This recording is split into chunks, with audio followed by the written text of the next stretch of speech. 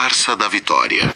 Trump negocia em segredo enquanto o Irã dita os termos. Imagine um presidente que todos os dias vai à TV e às redes sociais dizer que está vencendo a guerra, que os inimigos estão implorando para negociar, que a vitória é questão de dias. Agora imagine que, nos bastidores, esse mesmo presidente está enviando mensagens secretas por canais diplomáticos pedindo para conversar, e o inimigo simplesmente ignora, não responde. Parece um roteiro de absurdo? É exatamente o que está acontecendo na guerra entre os Estados Unidos e o Irã. Enquanto Donald Trump canta a vitória, o mundo descobre, por reportagens explosivas, que os americanos estão desesperados por um cessar-fogo.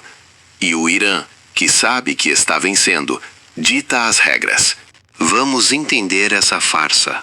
No dia 18 de março, uma reportagem do Dropsite News, assinada por Ryan Grim e Adam Katt, fez o que poucos conseguem: expôs a verdade que Washington tentava esconder.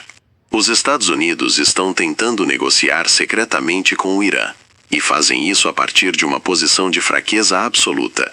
O enviado especial de Trump, Steve Witkoff, encaminhou mensagens a autoridades em Teherã, sondando a retomada do diálogo. E a resposta iraniana? Silêncio. Nenhuma resposta.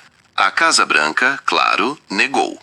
Um porta-voz chamou a reportagem de ficção e de propaganda iraniana. Menos de uma hora depois, uma autoridade americana vazou a Axios uma versão diferente. Teria sido o Irã que procurou os americanos. E aí o chanceler iraniano Abbas Araghchi foi ao X e desmentiu publicamente. Ele disse: "Meu último contato com Witkoff ocorreu antes do governo Trump decidir nos atacar. Qualquer afirmação em sentido contrário é mentira."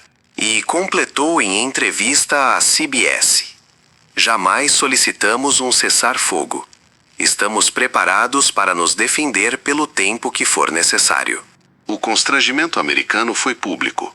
Em plena guerra, o governo Trump foi exposto tentando negociar pelos fundos. E por que os iranianos se recusam? Porque eles estão vencendo, como já dissemos. Eles não querem um cessar-fogo temporário que permita a Israel e aos Estados Unidos se reagruparem e se rearmarem para um novo ataque. Eles querem garantias definitivas, e as exigências são pesadas. A retirada das forças militares americanas do Golfo Pérsico. Compensações pelos danos causados pelos bombardeios. Validação pelo Conselho de Segurança da ONU. E, para humilhar ainda mais, que as transações no Estreito de Hormuz sejam feitas em yuan, a moeda chinesa. O Major General Mohsen Rezai, da Guarda Revolucionária, foi direto: "O fim da guerra está em nossas mãos. O desfecho será nos nossos termos." E o que sustenta essa posição de força? O controle do Estreito de Hormuz. O Irã não fechou o estreito para todo mundo. Ele abriu para todos os países que não estão atacando o Irã. Navios indianos, chineses, europeus passam livremente, ou têm a passagem após pedido e aprovação dos iranianos, que assim se tornaram o guardião do portão. E os navios americanos e israelenses estão parados, ou pegando fogo quando tentam passar por Hormuz. O resultado, o petróleo disparou para mais de $100, já indo para $120 o barril. A gasolina nos Estados Unidos está perto dos $6 o galão. E a inflação corroendo o bolso do americano médio. O Brasil, assim como a maioria dos países do mundo, já começa a sentir os efeitos de uma crise que não é nossa, é dos Estados Unidos e de Israel. A gasolina e o diesel já começam a subir de preço. Mas, no Brasil, a extrema-direita, os tais bolsonaristas, aliados de Trump, comemoram. Eles vibram porque não só o povo está sendo prejudicado, mas a economia também. Para eles, quanto pior, melhor. Enquanto isso, as exportações de petróleo do Irã aumentaram. E eles deixam claro: querem negociar em yuan, fortalecendo a China e enfraquecendo o dólar.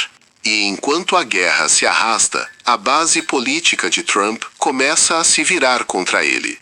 O analista Alex Krainer resumiu o sentimento. Se você ouviu Tucker Carlson, até a Megyn Kelly, que são conservadores, estão dizendo que Trump está traindo eles. Essas políticas não são aquelas pelas quais votamos. A base America First elegeu Trump prometendo o fim das guerras intermináveis.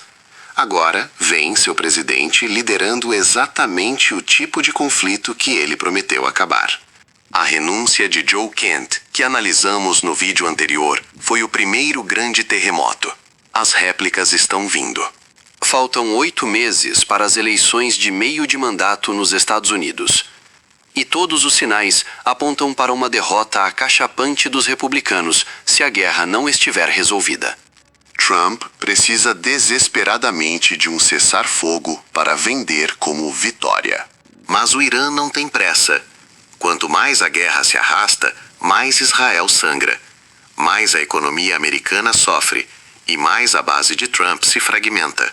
Os iranianos já disseram, não vão aceitar um cessar-fogo sem garantias de que não serão atacados novamente. E essas garantias, Trump não pode dar, sem parecer que está se rendendo. Trump tentou vender a ideia de uma guerra rápida, de até 4 dias, para impressionar o mundo e consolidar o poder. Já estamos na 3ª semana de guerra. Em vez disso, criou um atoleiro que está afundando a sua economia e a do mundo, e fragmentando a sua base política. Trump nega, mas tenta negociar em segredo. Implora por um cessar-fogo que o Irã se recusa a dar sem garantias, que ele não pode oferecer. A farsa da vitória não engana mais ninguém, nem os iranianos, que veem a vantagem no tabuleiro da geopolítica, nem os americanos, que pagam o preço na bomba de gasolina, e nem Israel, que sangra no deserto. O Império Rachado tenta agora costurar uma saída honrosa. Mas, como diz a velha máxima, quando você se senta à mesa de negociações em posição de fraqueza, a única coisa que consegue é uma rendição disfarçada. E você, o que acha que vai acontecer? Trump vai admitir a derrota ou vai escalar ainda mais a guerra? Deixe a sua opinião aqui nos comentários. Não esqueça de seguir o canal. Deixe seu like. Até a próxima!